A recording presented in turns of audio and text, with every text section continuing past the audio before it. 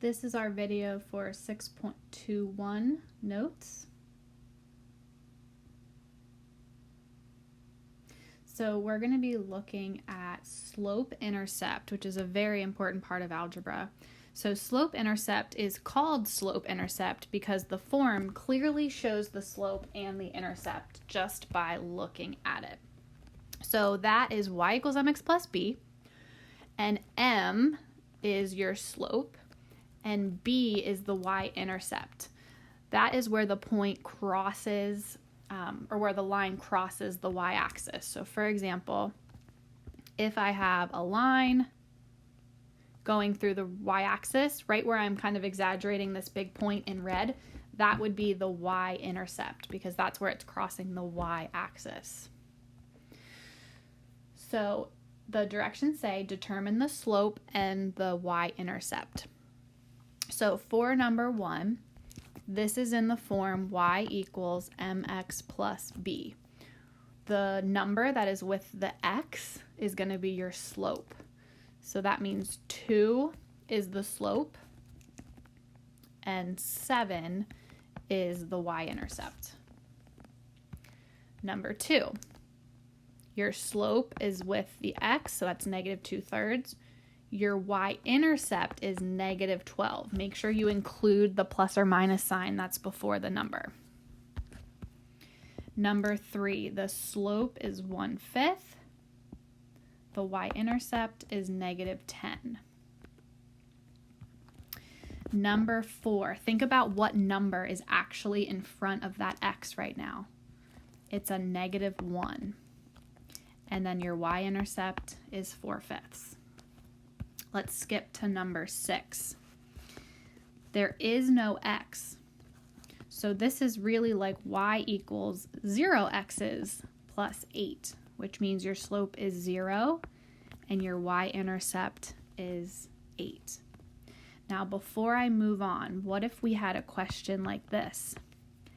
X equals 5. We'll talk about this a little bit more, but in this case, your slope is undefined. Think about what an undefined slope looks like. It's up and down. So your slope is undefined, whereas when it was y equals, the slope was 0. So we'll talk about that a little bit more later. Okay, so here we are going essentially backwards, and it's giving us the slope and the y-intercept, and we need to write it as an equation in slope-intercept form, which is y equals mx plus b. So we have y equals, the m is 2/3, then I put the x, and then I put the b, which is negative 5. Number 2, y equals, slope is negative 1/6. I put the x next, and then plus 4. Number 3, y equals negative 2x plus 3. Number 4, y equals 0x minus 2, but we don't really write the 0x, so we would just say y equals negative 2.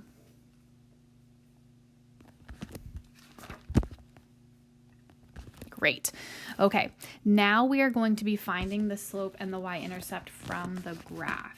So the easiest thing, I think, to get first is the y-intercept. You're just looking for where the graph crosses the y-axis, and your y-axis is up and down. So there's your y-axis.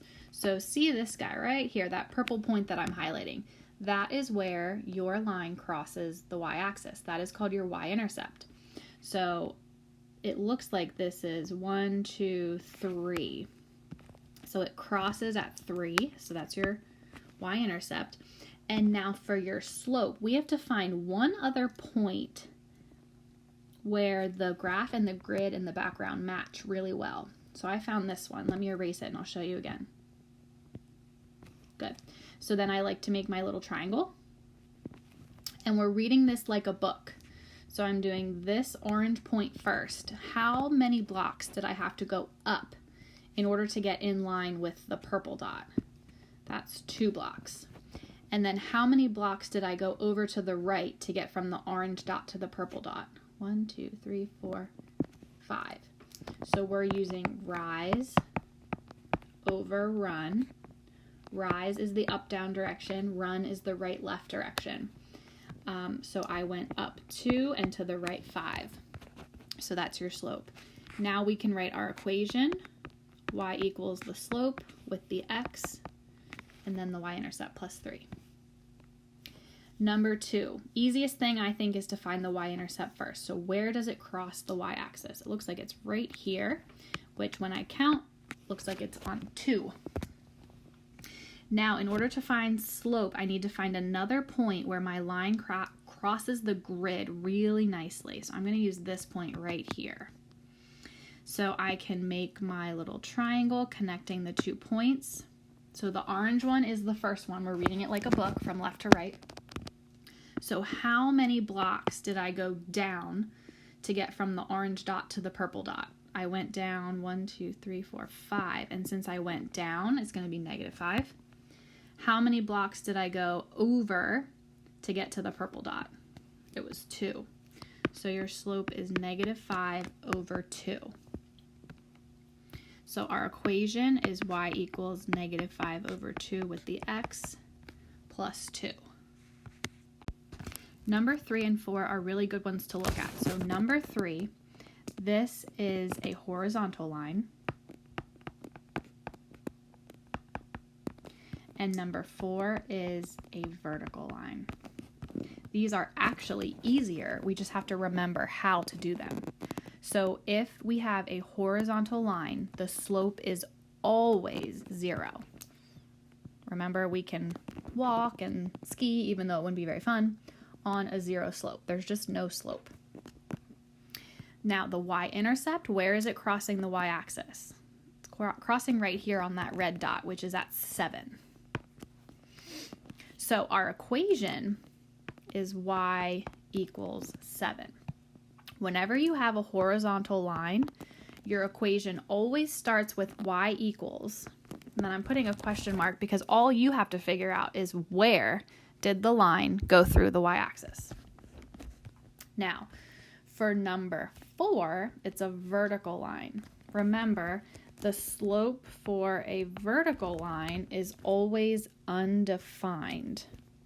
So it's not, none or 0, it's undefined slope. The y-intercept, well, does this line ever cross the y-intercept?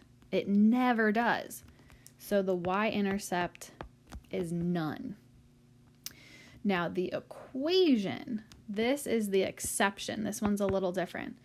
So it's crossing through the x-axis. So this equation starts with x equals, and we just have to find where it's crossing, and it looks like it's crossing at -3. So whenever you have a vertical line, it starts with x equals wherever it's going through the x-axis.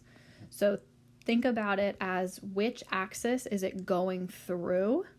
Is it the y-axis that it's going through, or is it the x-axis it's going through? Whichever one it's going through, that's how you start the equation. So if it's going through the y-axis, you start the equation with y equals. If it's going through the x-axis only, then you start it with x equals.